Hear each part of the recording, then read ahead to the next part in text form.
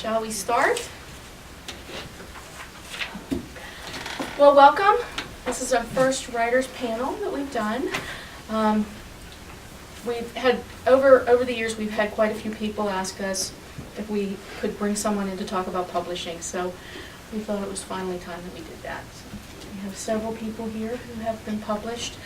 My name is Anita Bowser, for those of you who don't know me. I think pretty much almost all of you know me. I'm the director here at the library. We have refreshments for you. The restrooms, for those of you who don't know, the restrooms are behind, that's row of stacks. And the restroom that says staff on it is unlocked. So unless you want to run out and get the key, you can use that one. We have, over on the table there with the refreshments, we have a few things we were hoping that you would fill out before you leave. One is this workshop feedback page, and it basically is a way for us to figure out if we're giving you what you want, and if we're not, what would you like. We're always asking people what they want, and sometimes they tell us. We were hoping that you would tell us. And it also asks you where you heard about the event, so if you tell us that. We also have this card here, because we're thinking that some of you may want to say something anonymously on this one. You may want to put your name and your address, your email address on this one, because we'd like to collect that information if you would like notification of future events. So you could get our e-newsletter and announcements about events in the future. So if you could fill that out too, that would be great. We also were asked to make an announcement. There are little cards over there. There's a adult learning course at IUP on fiction. It will have 4 sessions, it's $55, and you need to sign up for it by the end of the month. So if anyone's interested, that information is over there too. Okay. Okay. So what we're going to do, this is how this is going to work. I am going to ask a few questions of the panel. We'll go down the panel and they will answer. And I only have a few questions, and then we'll open it up for your questions, and you all can ask whatever questions of whomever you would like, or you can ask the entire group. And then whenever we're all finished, we'll do one last round, and everyone can talk about their advice for people who are looking to get published. Okay, so first, could we just go down the table, and you guys introduce yourselves, and just briefly describe how you came to be a writer. Start with Marilyn. You want to start, Marilyn? Wow. Ladies first. I thought I'd find out how to do this. Okay, I'm Marilyn McCall, and I'm from the city of Parker, which is the very northern part of Armstrong County. And I've always wanted to be a writer, but I never knew what I wanted to write about. And when I retired early and came back here to our hometown, Parker, people wanted a history written. And they wanted to piece it out like they did their centennial book. Well, I saw their centennial book. On the surface, it looked like a good job, but whenever you started really reading it, you saw that 4 different people wrote about the same event, and maybe it didn't say the same thing in every event. And I didn't want another thing like that put out. So I went home and just decided that I was going to start researching to see if I could do it. And after I got far enough along, then I told people I was doing it, and they were thrilled. So that's how it just kind of fell into my lap. So anyway, the subject matter came up, and now I'm really interested in local history. Other history, not so much, but local history, I love it. So. I'm Sandy McKee. I'm from Manorville, right up the road, and I just can't remember. I didn't like to write. I think the turning point was 8th grade. I won the American Legion essay, and it went on to win, at different levels, and it came out 3rd in the state. And I realized, oh, this is something I must be good at then. And it kind of gave me the impetus to keep writing. And then I was a teacher for 38 years, high school level, then university level, and writing's a part of that, nonfiction writing. And my heart always wanted to write fiction, but I tried to be the kind of teacher that gave everything to my teaching. So I retired in 2008. And so I gave up nonfiction, and I've been doing fiction since then. So and it's just fun for me. It just makes me happy. I'm Annette Dashafi, and I traveled the longest, I think, to get here. I'm from Washington County, Burgestown. Actually, I'm out by the Pittsburgh Airport. Yeah, simply how did I come to be a writer? Well, my first writing implement was a crayon, so that might tell you a little bit. But of course, life gets in the way sometime between age 3 and age 50. I started getting serious about getting published in 2004. And I have done some nonfiction writing as well as short stories, and my first novel is just coming out. So it's been a long journey, but happy to be here. Hi, I'm Jeff Bortz. I think I got bit with the writing bug in 10th grade when we had an assignment to write a short story, and I realized how much fun that was. So I did a lot of writing between then and college, and right out of college, I decided, okay, it's time to write that novel, and then I learned really how hard it was to write something like that. And even though I never gave up on the idea, it was just something that, oh, one of these days I'll write it, one of these days I'll write it. And then finally I hit 50 and was like, okay, it's time to start doing something. I had a full-time job, I raised my family, they were pretty much grown, so it was like, I can write now in the evenings, make it a hobby, and now I'm into my 4th novel and just having a lot of fun. That's good. Okay, the next question. Can you tell us a little bit about your path to publication? How you got published? Okay, I have 2 publications. This was my first one. It's From Boom to Bust, The Making of the Smallest City in the USA, Parker, Pennsylvania. Big, long title, but everyone just calls it From Boom to Bust. I went about doing this. I did all the writing and editing myself, which I know is not a smart thing to do, but I couldn't find anyone willing to tear it up for me. Like I said, even retired school teachers handed it back and said, oh, this is great just the way it is. Well, it wasn't great just the way it was. Yeah, I wanted you to tear it up. But everyone was afraid, I think, that they'd hurt my feelings. So anyway, most of the local history books in our area have been published by Meckling's Book Bindery out in Shakora. Well, it's really on the way to Butler, but it's a Shakora address. And they did this one for me. And that's nice because you don't have to pay up front whenever you can get a publisher to pick you up like that. Okay, it's really hard to come up with the thousands of dollars to do it the other way. So anyway, any books they sold for me, I earned 15% on of whatever the amount was that they sold it for. But a lot of times they'll sell it in bulk or at special reduced prices, like to Amazon. My books have been on Amazon. But I get 15% of maybe $20 instead of $35. Sometimes it's even less than that. So the best deal they offered me was 40 to 50%, depending on how many I bought at a time. And that's the way to do it. But you do have to pay up front, but you usually get like 30 days to pay, okay, with each amount that you order from them.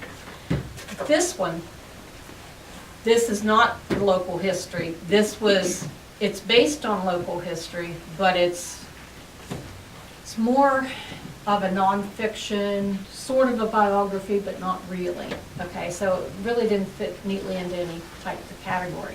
So I had to pay up front for this. And so I found another publisher out in New Wilmington. It was Globe Publishing Company. But they're out of business now. But one of his employees bought out the equipment that he could use, and he set up his new publishing company, and he's only published a couple other books right now, but he's going to be doing my next book that I do. This way, I had to come up with, I think it cost me $5,000 up front. And I let him talk me into getting more than what I knew I could sell. I knew there'd be a market for about 500 of this. Local books, especially like these, it's really difficult to get out to like a big market nationwide, usually it's gonna be your local people that buy these. So don't let any publisher talk you into more because, oh, for just a little bit more, you can get 1,000. I have about 500 copies sitting in my garage. First 500, like I knew I could sell, they're gone. So I did get my money back on the deal, but it's just something to think about as you go on. But I don't know, I prefer this type of publishing because it's all within what you want to do and the price, you set your price for it and nobody can undercut you like the other way. So. Okay. I first got into serious publishing when I went to Pitt. I was teaching out at Shamrock Valley, it's no longer at Shamrock, but I was a government and history teacher. And I went to Pitt to start on my doctorate, and I had a wonderful advisor, Kathy Kornblatt. And she asked what I like to do, and I said, well, I like to write. And she had, Pitt professors write a lot, they have to just they want to stay at Pitt. And so she and I co-wrote like a workbook, like you remember from workbook for American government, and for Allen and Bacon, and she split the money with me. And then after that, she really didn't want to write that kind of stuff, so then they started getting me, like Magruder's American Government, they had me do case studies for it. Then I did some teacher's manuals and more student activity books and test books, and it just kind of went from there. Mostly Allen and Bacon, which was a big publisher at the time, and I didn't know anything about agents and that. They would just send me a contract.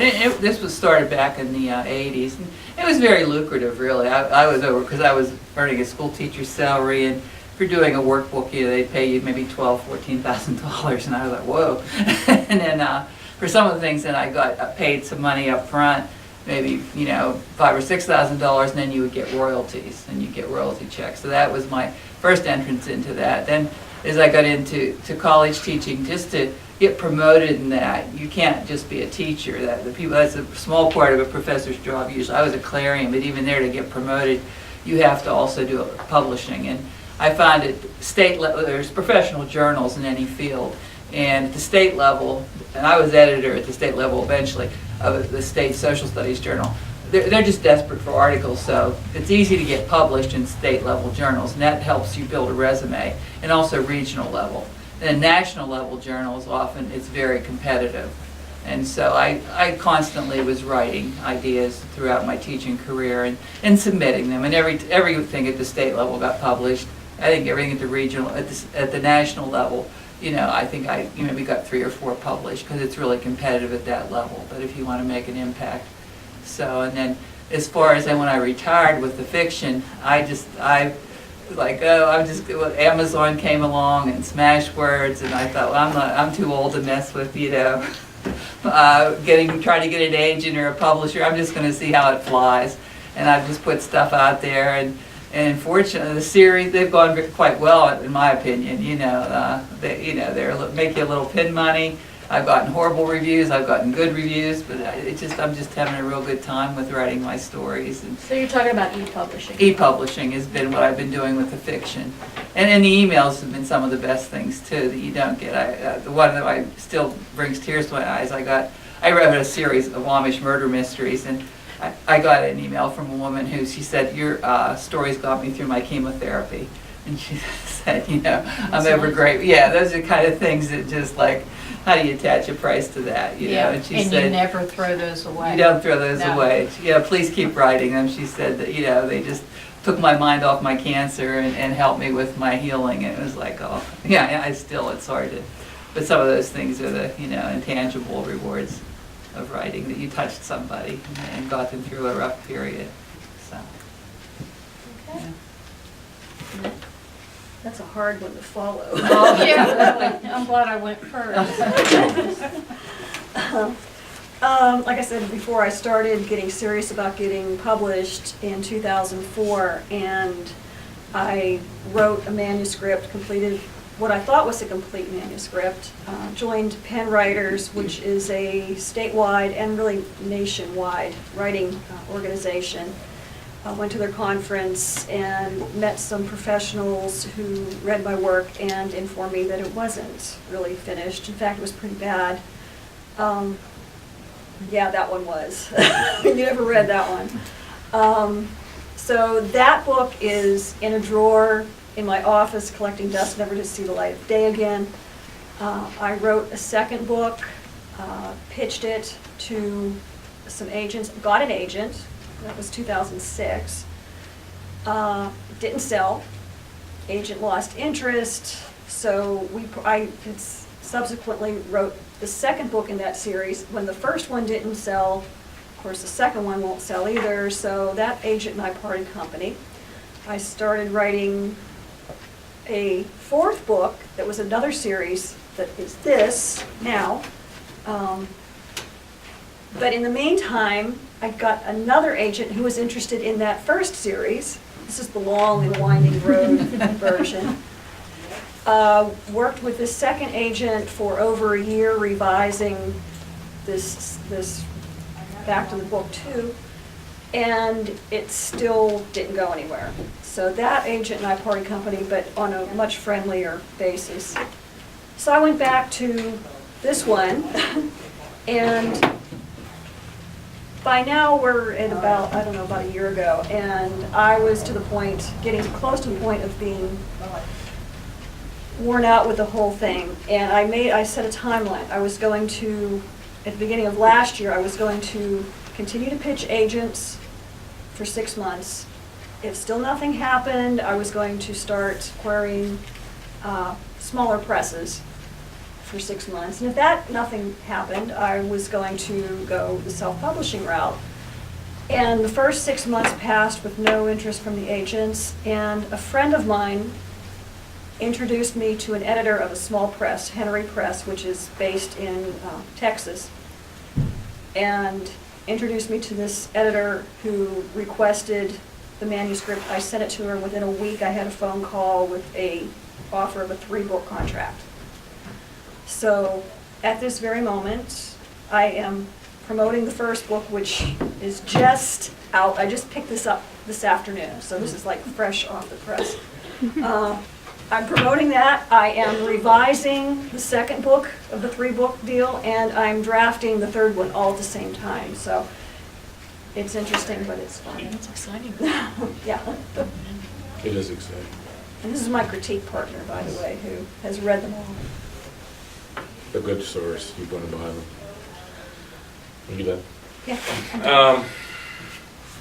Well, I wrote my first novel after I finally lit the fire under my own feet, and I went to Penn Writers. Emily had, my daughter Emily saw an article or an ad in Writer's Digest, because she's like, Dad, you need to get your book published. And so I went to my first Penn Writers conference in Lancaster that year, and I met a very warm, welcoming, friendly, invitive, and supportive person there, who really has been a good and true friend to me.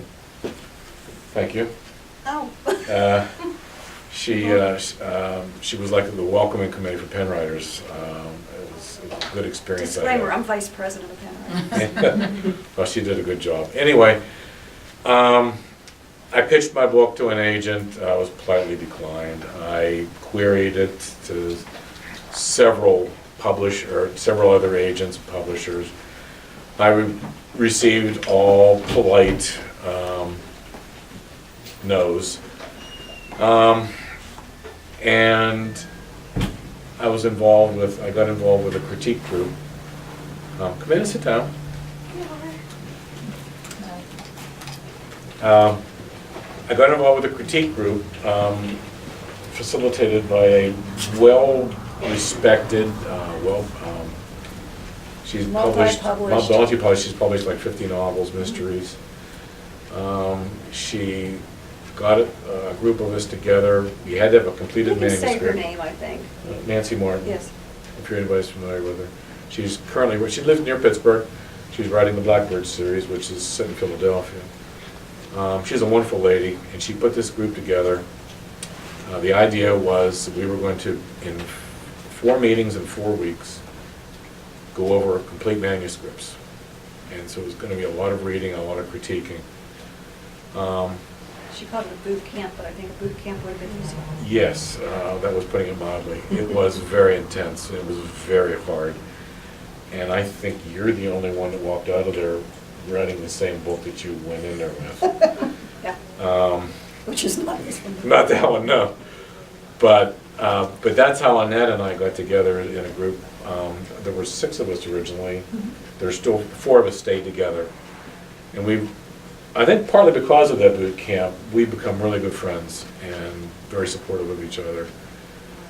And they've been very supportive of me because I elected to take the shortcut and self-publish rather than fight the long road of trying to find an agent, going the traditional route. I decided a long time ago that, yeah, making a lot of money would be nice, but I'm having too much fun writing these things. I would rather be writing and just doing my own publishing, and whatever money I make is fine. The whole idea is that I am doing something that I really, really wanted to do. So that's kind of my story.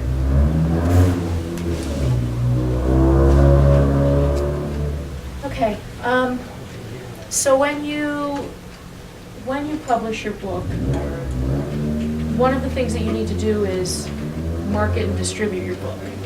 So can you guys talk a little bit about that process of building a platform for your book? Do you want to start, Marilyn, or do you want to pass it off to Jeff? I started it, so I might as well.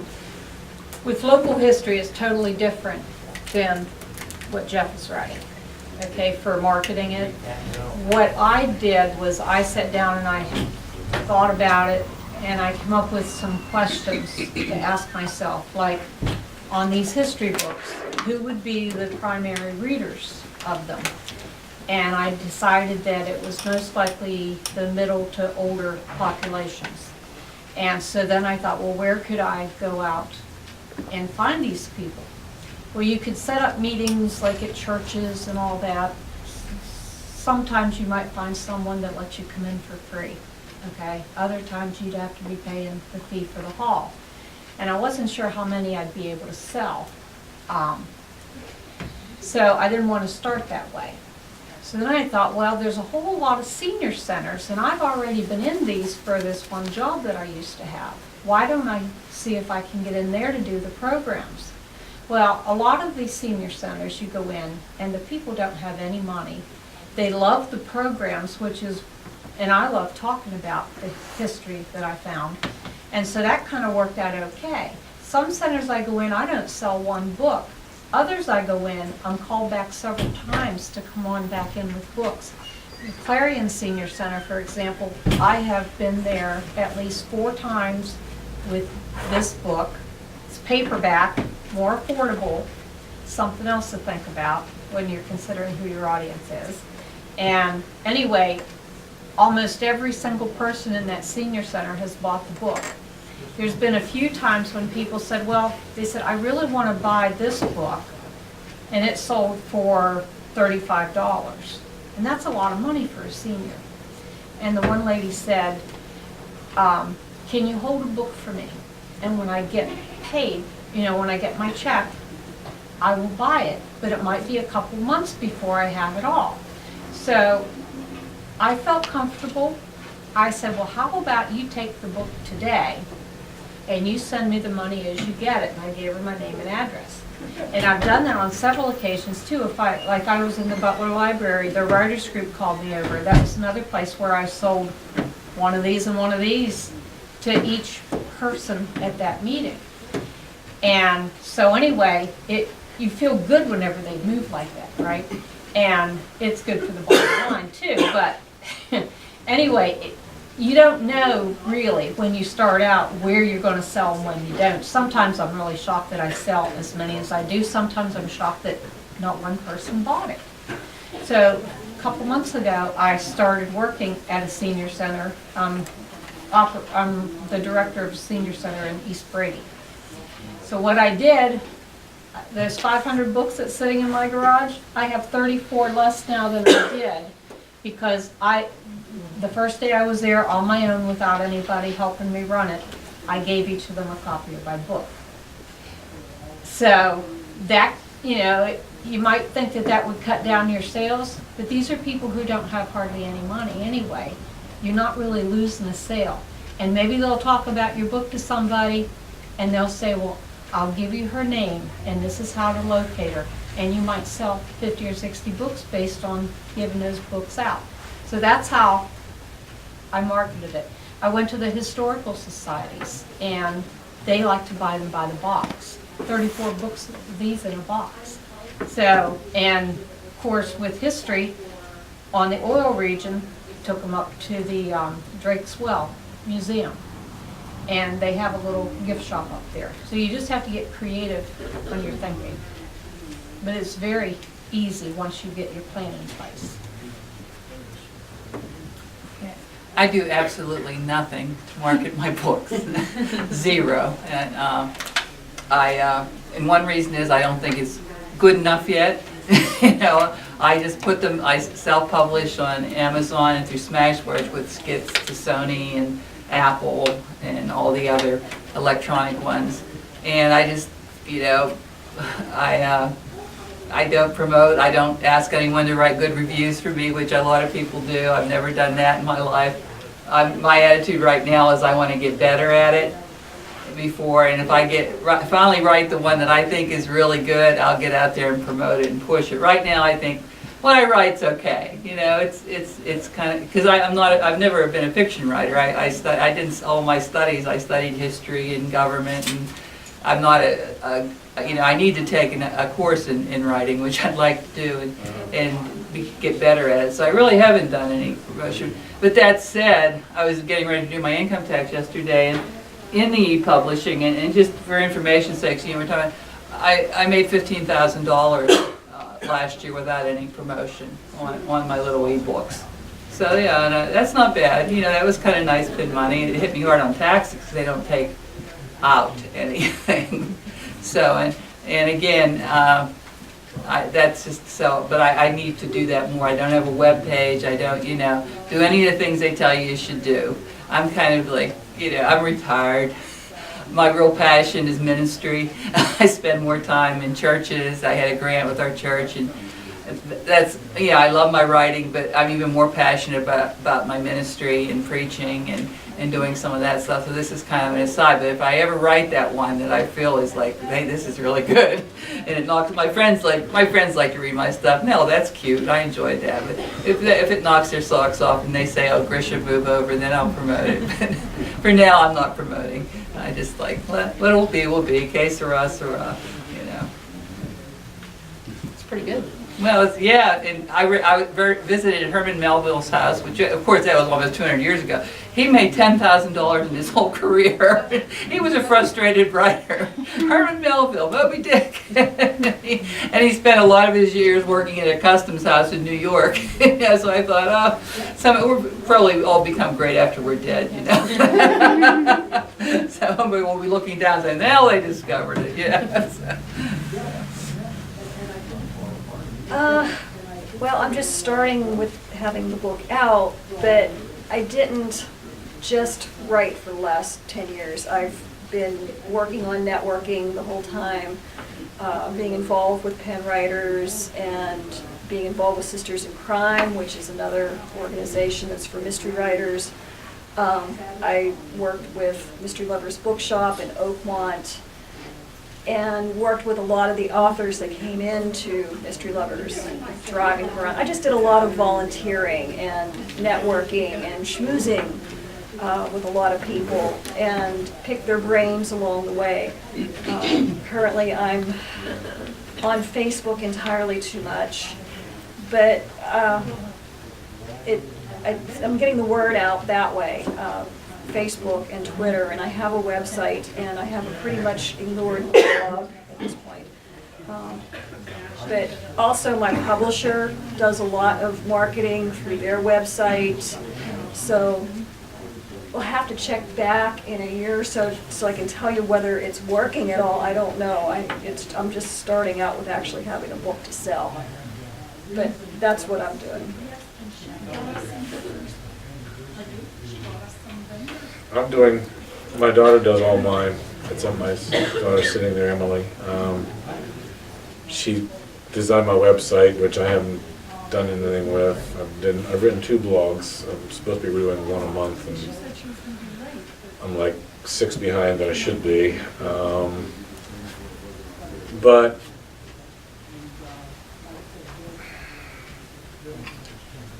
I don't know. And that's doing it the tried and true way of having the blog, having the website, meeting people, making contacts. I'm going to conferences. I know a lot of authors now. Learning, I'm meeting more and more. But again, like I said, I'm not as much doing it so much for the money as I am just for my own satisfaction and having fun writing my stories. Now, your first 2 books took place in Armstrong Yeah. County. Mhm. So I assume that most of your sales were Yeah. in this area. And then your third one takes place in Pittsburgh? My third book takes place in Pittsburgh. It's basically how my protagonists of books 1 and 2, how they meet, fall in love. Prequel. Yeah. And my 4th book is back in Katanning. The 5th book's going to be starting in Egypt, and it's going to work its way through Europe. And the 6th one's going to be still in Europe, and then the 7th is going to be on the way back to the United States. Okay. Emily's shaking her head up. One at a time. But you have to think the long road here. What's going to happen next?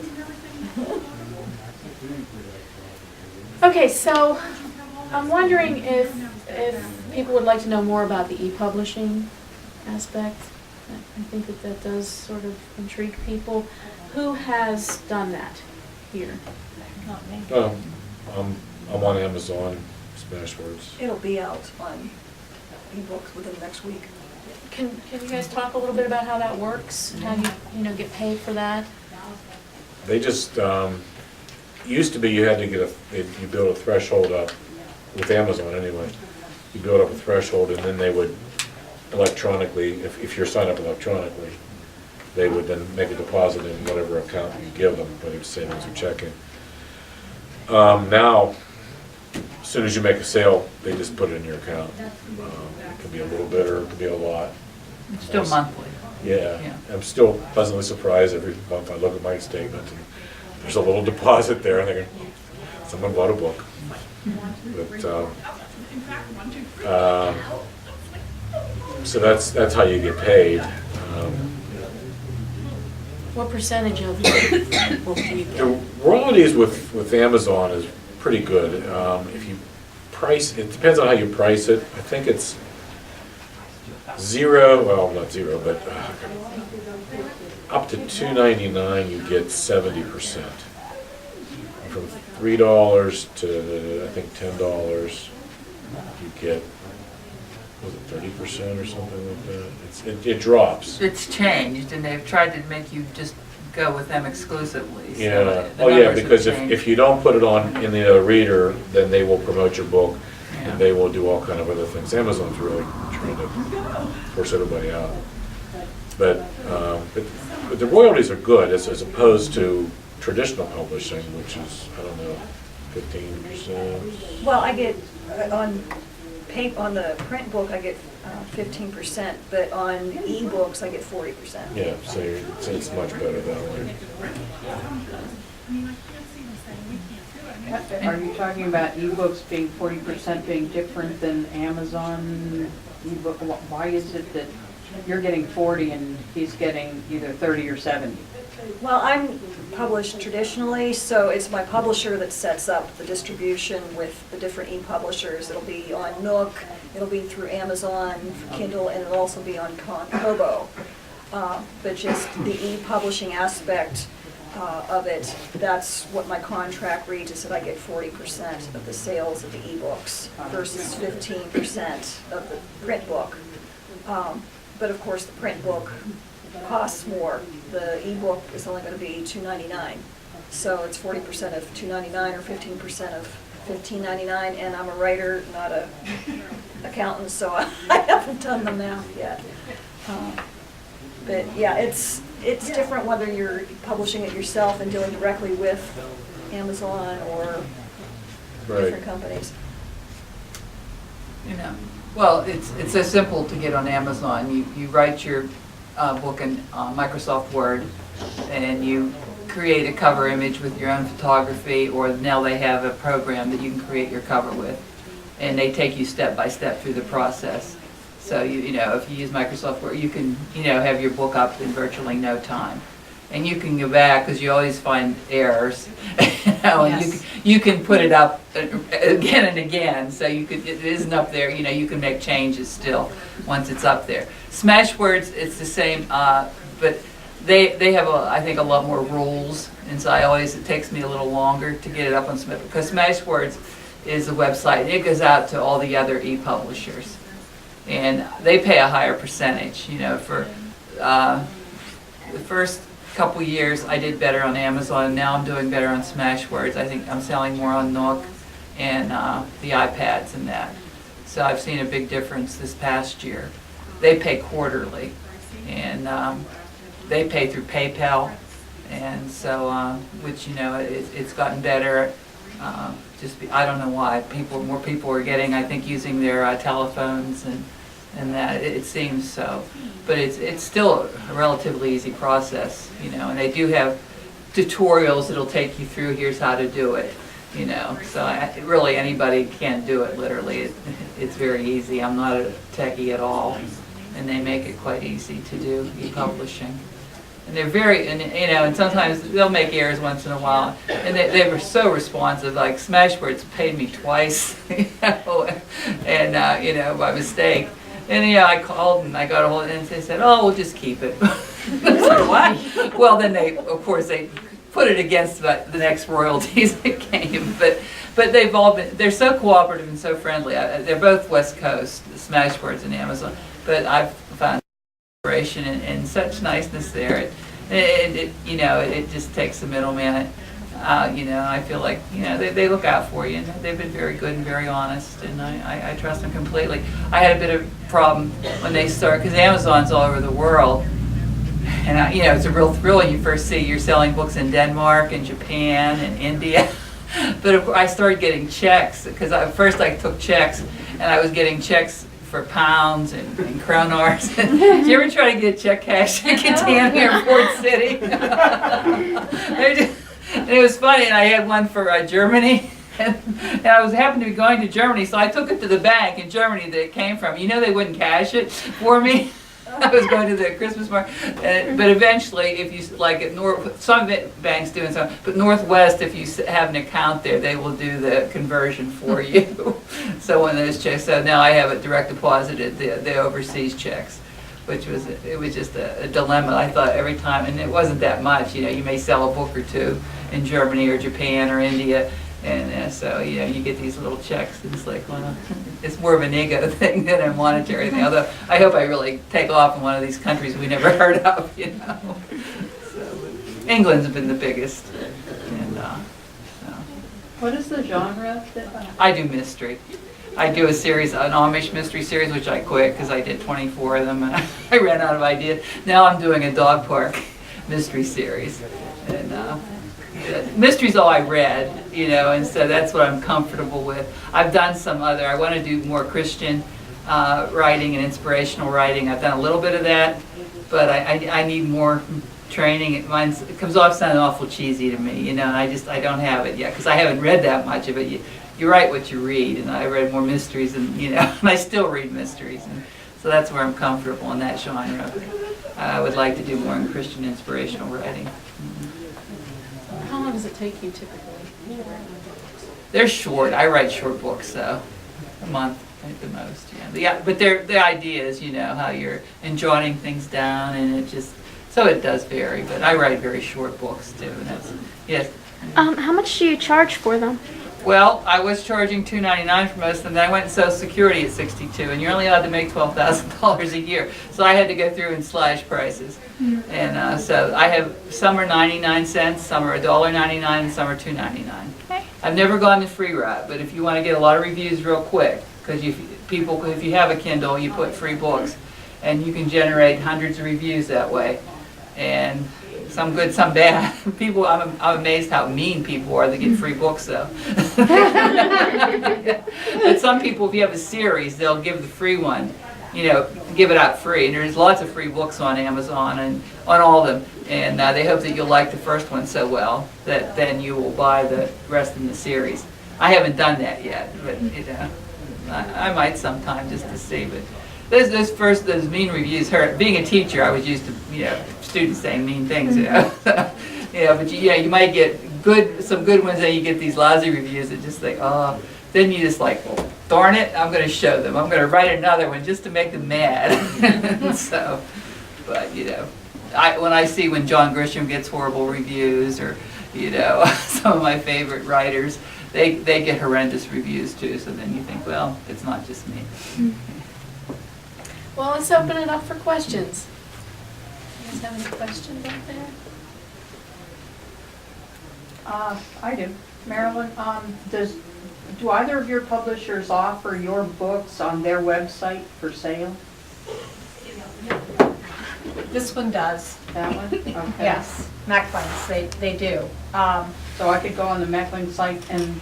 No. No? I'm out of print. Oh. We had a bit of a disagreement whenever I refused to let him do my second edition in ebooks right away. To me, that was, going to hurt me more than it would help me, because I do have a very limited number that I can sell.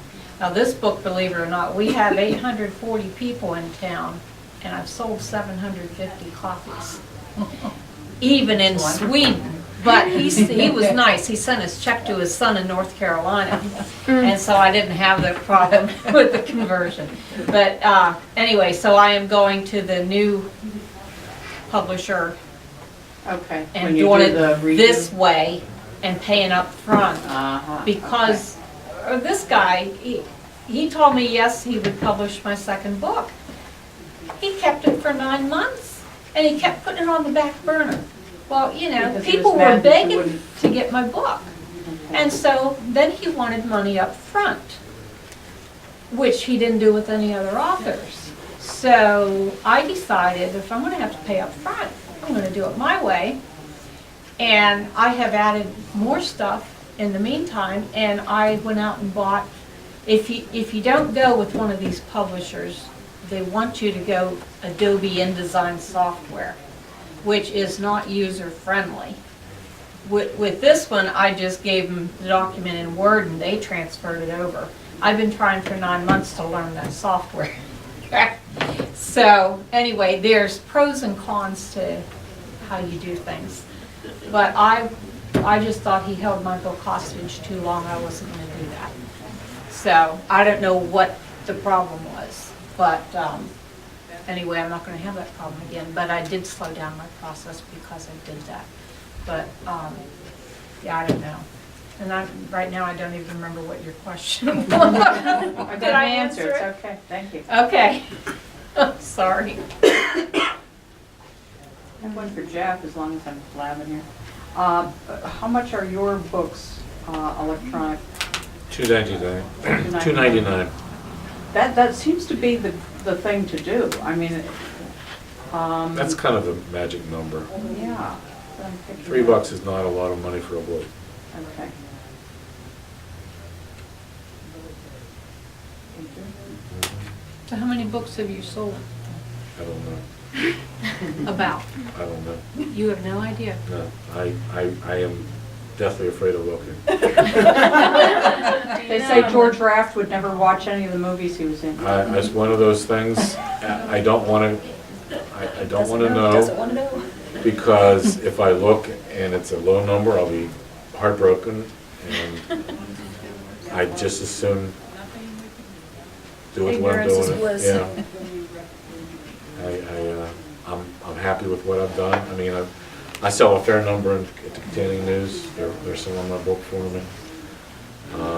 In hard form? No, yeah, in Okay. the paperbacks. CreateSpace, which is a subsidiary of Amazon.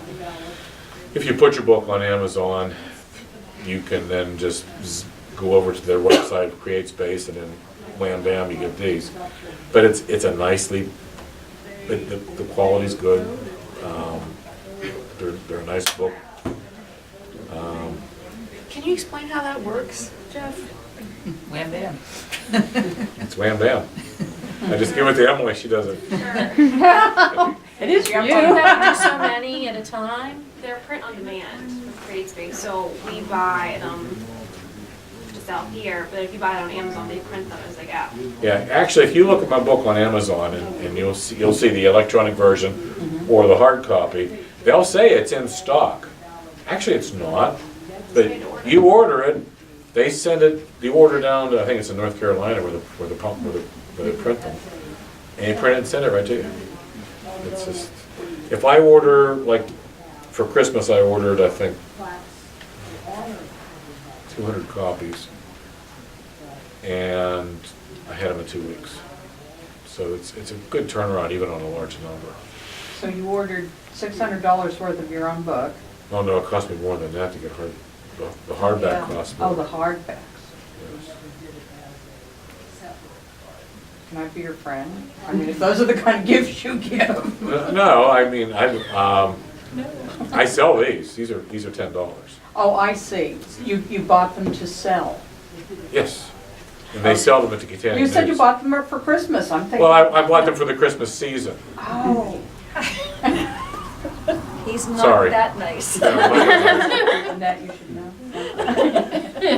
And books set during the Christmas season sell very well. Oh, yeah, because I've learned that. I've been They very, like- very that's a- fortunate that it seems Oh, like I even my finished my books sell books. great at Christmas. I finish my books usually in the fall, Uh-huh. and then we go over them and make sure that all the formatting's right. Emily gets the cover done. And Emily, by the way, has also done my covers. So she's my techno-artistic person. And we get all that lined up, we send it in, upload it, get them ordered, and I usually have them a week or two before light up night, Katanning, at which point I'm sitting at a chair and a table at the Katanning News and I'm signing books, so I'm selling them. And then they sell them for me, and they usually do very well during Christmas. Emily, do you hire yourself out? Sure. You do? Okay. Yeah, Didn't want she contact did that with one them. on my dresser, that dresser and. Yeah, that we- one, the dresser. we bought a lot of and stuff for that and one. She did that one.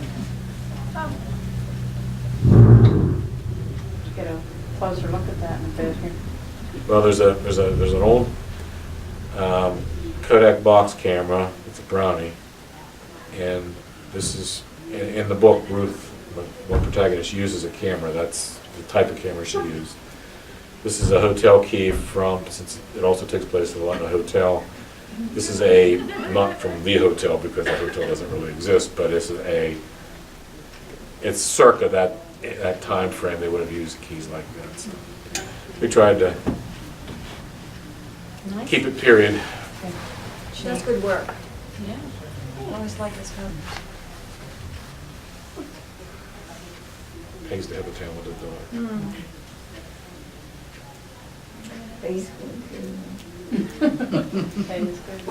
This is for anybody, Sandy said about sort of an ongoing proofreading or being able to make changes. But what is the process for proofreading for the print books, at least? How does that work? And then you see a final copy before the press is rolled, is it like?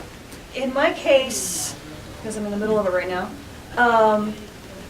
I turn in a manuscript to my editor and she sends back to me, it's still in a Word document form at this point, with track changes that she suggests, anything from typos to she doesn't like the way a particular scene is working. So I have a chance, it takes about a month to go through it and make those fixes. I send it back to her, it's still in a Word document.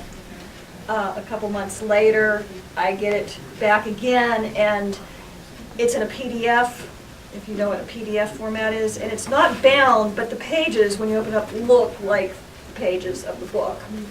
And at that point, supposedly I go through it and find mistakes. Actually, I have a friend who is a professional proofreader, but who is also a fan of my writing, so she like, yeah, I'll do it. So I hand it off to her, Mary Sutton. Oh, Mary. And she goes through with her eagle eye and points out all the typos and the misspelled words and the, you know, whatever we've missed already. And then I send that back to my editor. And then I get what's called an ARC, which is an advanced reader copy. And it looks just like this, except that it's got a disclaimer on the back that says that this is an uncorrected version. They send that out for reviews.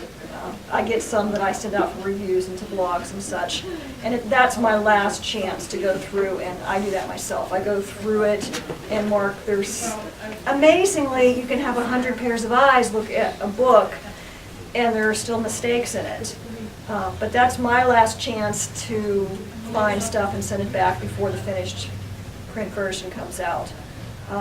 Just on the topic, I listened to Tim Azayas, who is a fiction writing instructor at Seton Hill, and somebody asked him in a workshop, when is your book done? And he said, well, he's been to readings where the author is reading from his book and he stops and he picks up a pencil. So, you know, there are always going to be mistakes there, but yeah, we have a lot. Even before my editor gets it, my critique partners go through it. And I've got what I call beta readers who are like critiquers, but they read the whole thing beginning to end. So a lot of eyes see it, and there are still mistakes in it. That's my process. And it's really hard, I'm sorry, it's really hard to catch your own mistakes. What I do is I'll lay it down for a couple weeks and come back and reread it. And it's amazing how many more you find. Or even if you change the size of the font so it sits on the page a little different, that can help you catch some too. Yeah, I was going to say, change it from Times New Roman to Courier. Yeah, yeah, that works too. Yeah. We've probably all tried everything. Yes.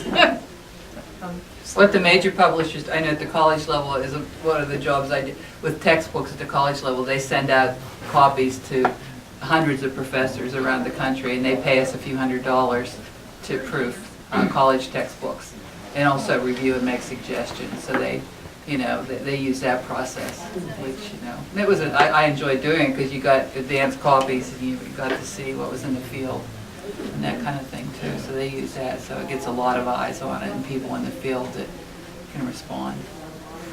So I imagine most fields do that with books in the field. Yeah. And for me, whatever my critique partners don't catch, I will send a copy usually to my sister, who's an avid reader. My wife reads it, my mom will read it, just my minister reads it. I just send it to people that I know and I can trust that, you know, it's not going to show up on Amazon without my name on it. And they send it back with any circles, marks, whatever. Because basically we're just looking for the typos, misspelled words, that kind of thing. Something that's even an extra space between two words.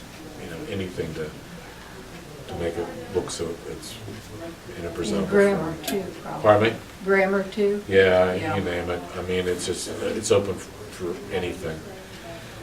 And then when I get it back, then I go over it one more time myself. And usually by that time, like Marilyn says, it's good if you distance yourself. Because usually once I finish it, I'm starting to write it on the second book while I'm waiting, or the next book while I'm waiting to get back on the current book. Because that way when I go back to it, it's like reading it new. And then you can see, oh, crap, I didn't want to say it this way. And you can make other changes and catch some things. It's probably one of the biggest complaints when you read the reviews on, especially Amazon's, what I read most of the reviews on is grammar, punctuation, spelling, because a lot of, you know, people, you know, wants to pay, you charge 99 cents for a book or something, and, you know, you want to really pay an editor, you know, nobody wants to go into debt over this thing, and I think, so that's the biggest complaint I see about a lot of ebooks. And even ones that have come from major publishers, you wonder what professional editors are doing, because Some of you the see publishers- horrendous mistakes with books Yeah. coming out from some of the major publishers. Some of the major publishers have done away with editors. It shows, huh? Yeah, oh, yeah, Yeah. some of them are I didn't horrible. realize that. Yeah, I read that one day on a site. Or they'll have one editor dealing with so many clients, so many Yeah. authors, where they used to have, like, one editor would have 3 or 4 clients. Well, they fired half of the editors and doubled up the clients, and then they fired half the editors again, so a lot of the editors, Like everything else. They're overwhelmed. they have them, yeah, but they're just so swamped that they miss stuff.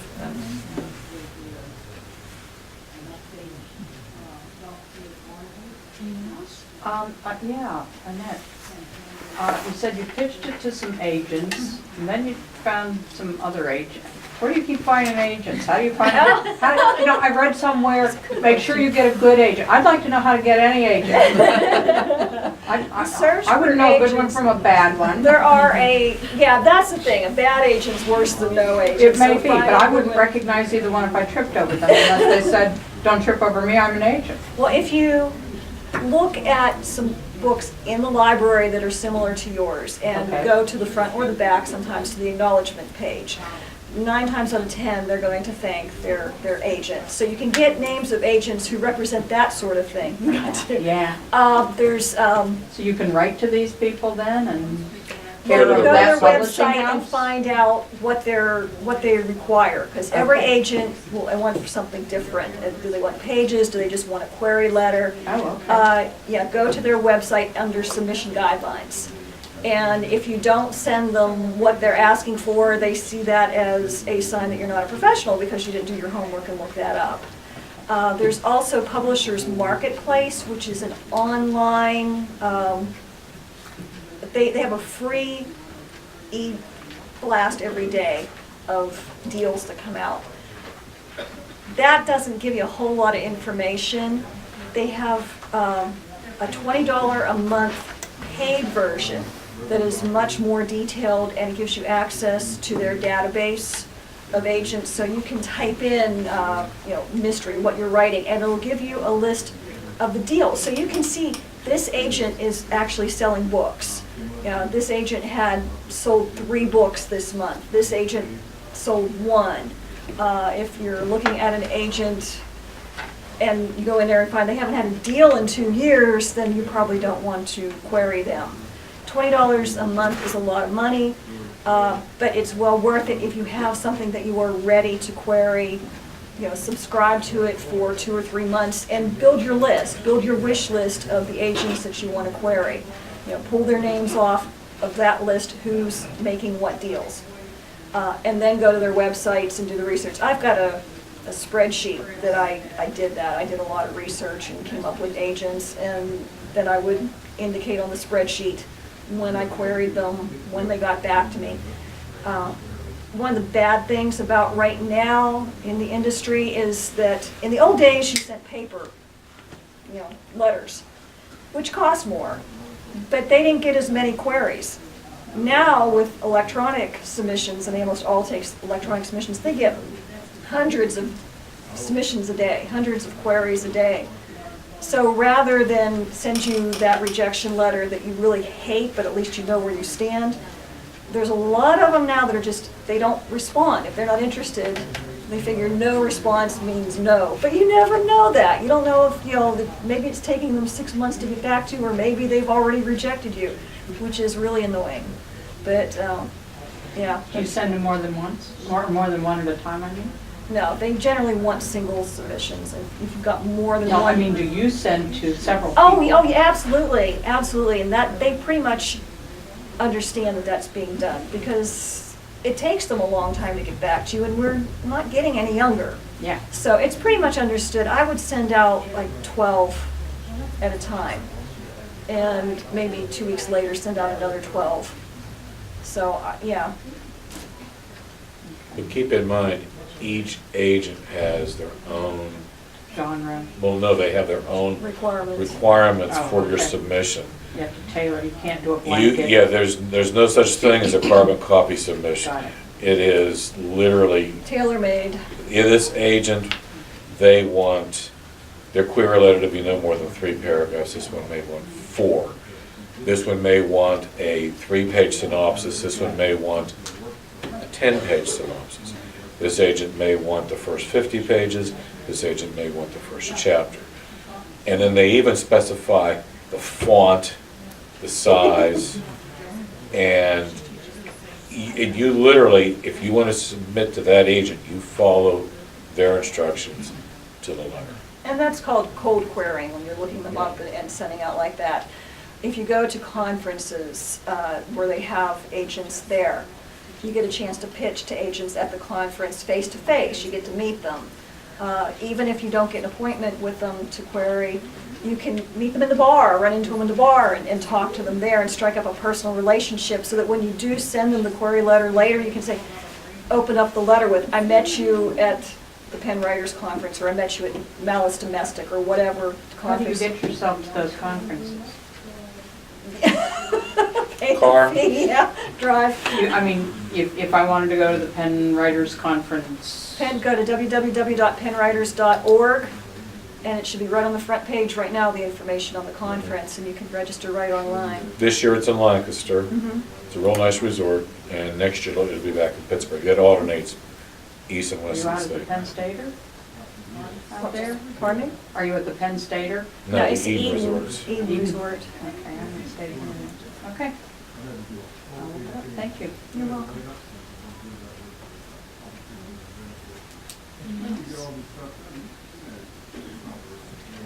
Okay, so can we just go down the table and you guys can give some parting advice to people who are hoping to be published? Can you start now? Well, I was about 47 before I started the process. I wish I would have done it at 27. Looking around the room though, I don't know that we have any 27-year-olds here, but yeah, it just takes you forever.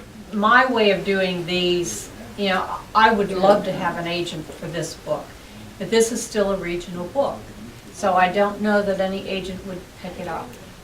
So, another thing I was thinking of with this book, this is more of the story of his life, right? I tried to get the History Channel to do a program on him. Now, if they would do a program on this Ben Hogan character, which I think would be a fantastic program, as colorful as the guy was, if they would do that on the History Channel, then I could maybe find an agent that would take the book on. Because I believe I could still find an agent and publish this the normal way, right? Even though I put it out myself. If you own the exclusive Yeah. rights to that, that gives you the agent will be more willing to talk to you, I think, because you can cease sales immediately. Right. Withdraw all copies that are out there that are for sale, and not sell any more that you have. Right. And then the agent would then go from there. Yeah. Okay, well, anyway, I would just say move as quickly as you can on getting started writing and get excited about it. I know Gail has her book almost done. It's going to be a blast. I can't wait to read it. It's about her being widowed. So, Which doesn't sound like a blast, but if you know Gail, you know it's a blast. Anyway, yeah, just get started as soon as you can and set to work, and don't put it on your to-do list last. Put it first. Just have fun with it, and I think write every day. You know, you are a writer, do all kinds of writing. You know, I write short stories, or I'd recommend, I don't pay to enter. There's a lot of contests online that you have to pay, and that to me is like, you know, but Central Pennsylvania Magazine is a free contest, and they only get maybe 100, 150 entries a year. It's a fiction contest, and last year I was a finalist, so I was real excited about that. And persist, you know, because I wasn't the year before. And then they invite you, and it's a nice party and everything at York College. So there's a children's highlights, if you like children's, they have a free contest. I think the integrity is there if they're really looking for writers. Highlights for children. Well, the Central Pennsylvania Magazine is $500 prize for first place, $320. And then highlights for children, I think $2,000 prizes, or can use it for a scholarship to the Chautauqua Institute if you win their contest. And they bring all the best children's writers in the country there in the summer, so you could get that. Saturday Evening Post Online, since they're credible, they do charge $10, and I've entered their contest.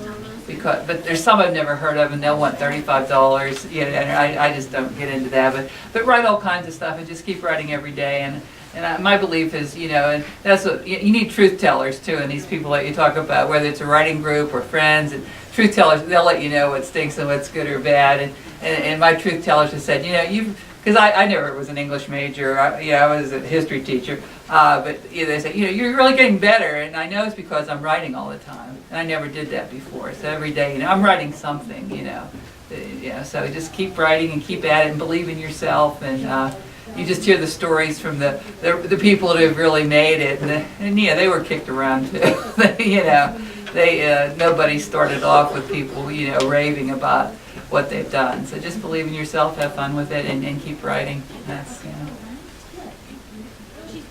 know. Keep studying and learning the craft. Write the best book that you can write. Finish the darn book, and don't give up. Above all, don't give up.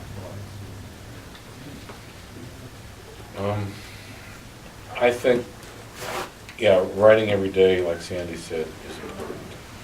Even if you're only editing what you've already written, at least work with your manuscript. I found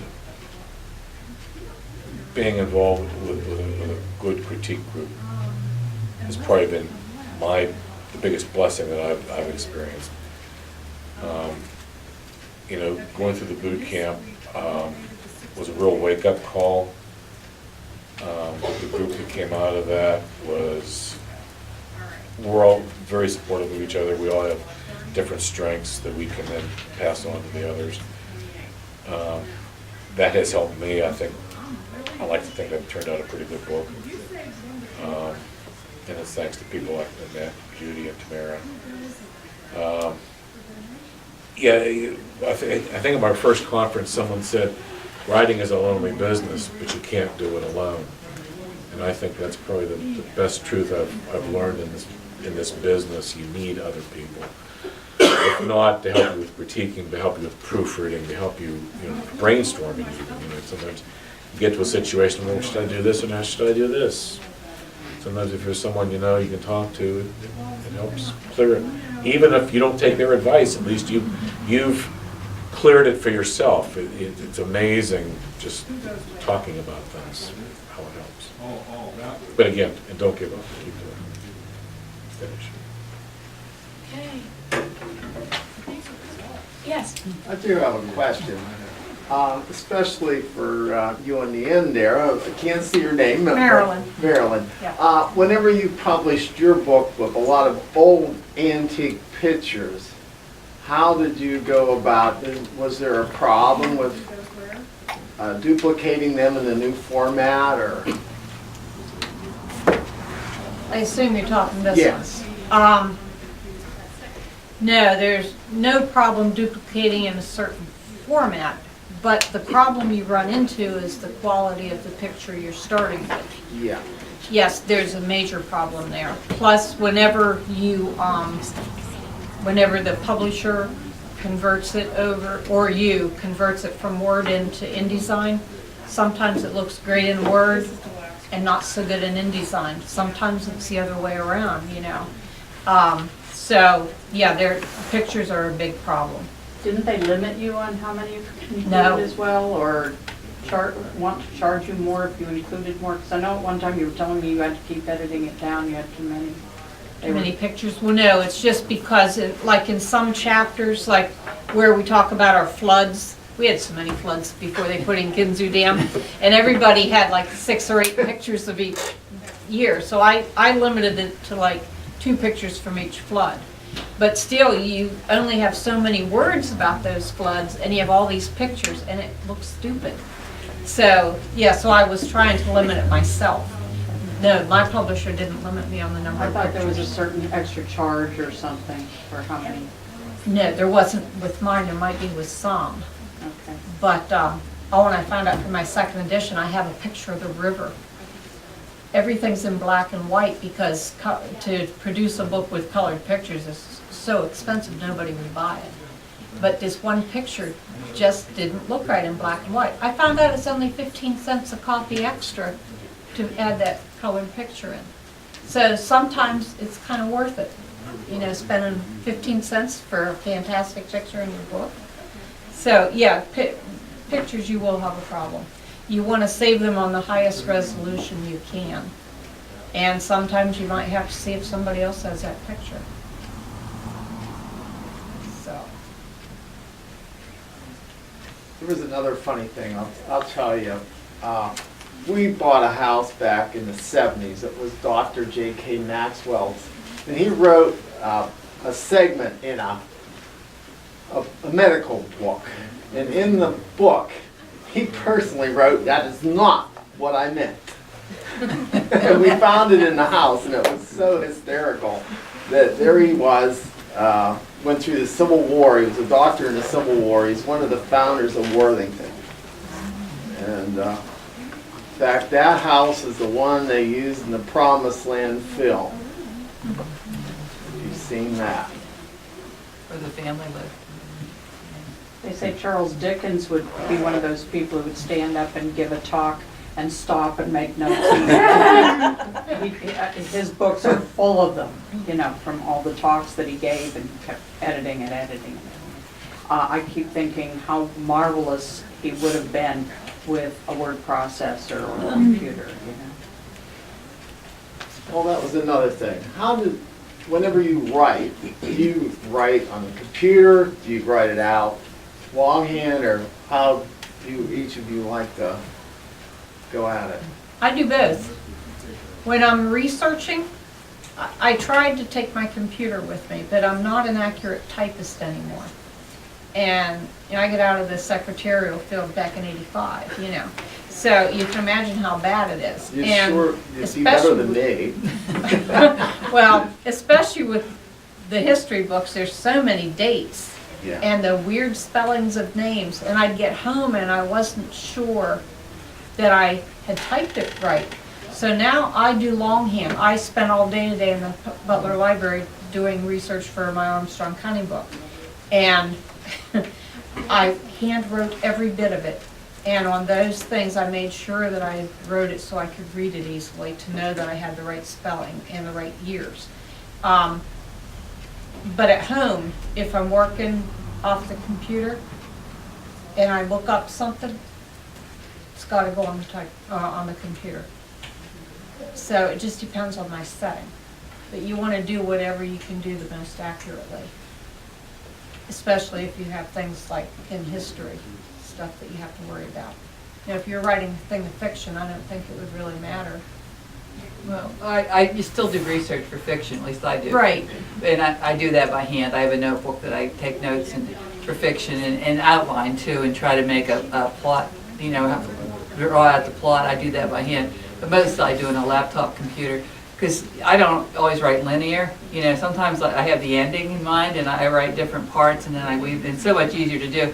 Plus I have old eyes, and you can make that font like 18. And I can look at that computer then for a few hours, like with small, you know, fonting. I just can't look at it for that long. So that's a nice thing about working on a computer too. So I have a laptop and I can sit anywhere with that, which is nice, out in the backyard. I live along the river, so I'm often inspired by that. I'm pretty convinced that 14 is the new 12. I like 18. When I wrote this book, I pretty much laid out, like you did, an outline of the scenes. Yeah. And some days I'd sit at that computer and I'd be looking at one line there for I knew I wanted a certain scene a certain way. I couldn't figure out how to write it, so I just went down through the list every time I sat at my computer and I found something that wasn't written yet, and whatever moved me that day, I wrote it. You couldn't do that